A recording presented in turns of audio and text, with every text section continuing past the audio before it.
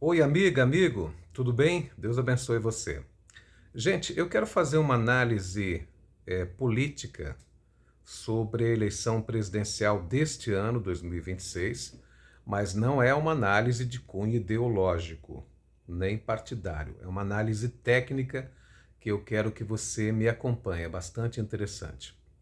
É porque existem alguns institutos de pesquisa e alguns analistas dizendo que esse ano nós temos uma margem de 32%, entre 30% a 35%, alguns dizem 32%, de um eleitorado que teoricamente não deseja nem o ex-presidente Bolsonaro, nem o atual presidente Lula.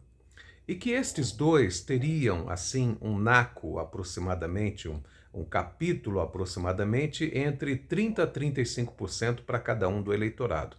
Muito bem, se for isso realmente, não é? Significa dizer que nós temos, de fato, 30% do eleitorado que desejaria, gostaria de uma alternativa política. Muito bem. Eu acredito que isso é um equívoco, é um engano. Por quê? Quando você analisa a abstenção histórica dos pleitos eleitorais para presidente da República, isso já é por volta de 80 anos, desde a eleição do Dutra, depois da redemocratização do Brasil, depois da primeira era Vargas. Muito bem, entre o Dutra e essa última eleição agora, nós temos uma margem que flutua entre 16% a 20% de abstenção. Essa é uma abstenção histórica. Para você ter uma ideia, nos Estados Unidos da América, a abstenção está entre 40% a 50%. A nossa abstenção é pequena, perto da deles, em que pese o fato de o voto não ser obrigatório lá na América do Norte.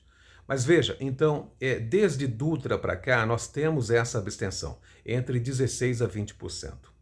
Quando você soma essa abstenção de, em média, 20%, que foi o que aconteceu no último pleito em 2022, nós tivemos quase 21% de abstenção eleitoral, ou seja, um contingente de mais de 30 milhões de pessoas que não votaram por alguma razão física, ou doença, ou impedimento, algum tipo de coisa que não permitiu que eles votassem. Mas isso já está sacramentado há quase 100 anos que é assim. Por volta de 20% do eleitorado não vota nesse país. Você pega esse número de 20%, aí você soma ao número de votos em branco e nulo, que na eleição de 2018 chegou a ser 10%. Nessa eleição foi 5%. Aí você já tem 25% do eleitorado, que não tem nada a ver nem com Lula nem Bolsonaro, não vota em nenhum deles. Acompanhe os números para você poder entender o pulo do gato. Então você já tem 25%, somando abstenção e somando voto branco e nulo. Só que acontece que as eleições têm outros candidatos fora dessa polarização.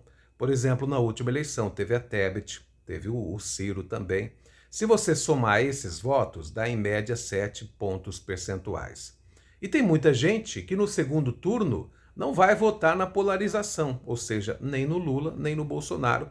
De uma certa forma, se mantém fiel àquele candidato que ele acreditava. Não é? Se você somar tudo isso, por exemplo, o voto em Ciro, em Tebet, que dá por volta de 7%, aí você soma, grosso modo, as abstenções e também os votos nulo e branco, achamos aí os 32%. Você entendeu? Não tem nenhum eleitorado que vai votar em candidato diferente. A polarização é essa que está aí. Não existe essa história. Nós temos 32%. Olha, nós temos uma margem de 30% a 35% de pessoas que não vão votar nem no A nem no B. Eles estão fora da polarização. E isso surge assim como a alternativa a algum tipo de candidatura. Esqueça isso. Essa gente é o pessoal que não vota de forma tradicional, é a faixa dos 20%. Tem 80 anos que as eleições são assim. Apenas em 89 é que a abstenção foi de 11%, mas também pudera. Nós tivemos aí mais de 30 anos sem eleição presidencial. Foi na eleição do Collor. A abstenção foi de 11%. O resto, minha gente, é essa faixa que eu falei, 16, 17, 18, 19 e agora está em 20%, mas já esteve em 20% também. Na eleição do Jânio, a abstenção foi de 20%. Então, essa faixa da população não vota, por alguma razão que eu falei para você, doença, impedimento, algum tipo de impedimento físico. Aí você junta com os votos em outros candidatos, fora da polarização. Junta com votos branco e nulo. Vai dar aí os 30 a 35%. É isso. É essa análise que eu queria fazer contigo. Grande abraço. Deus abençoe a todos.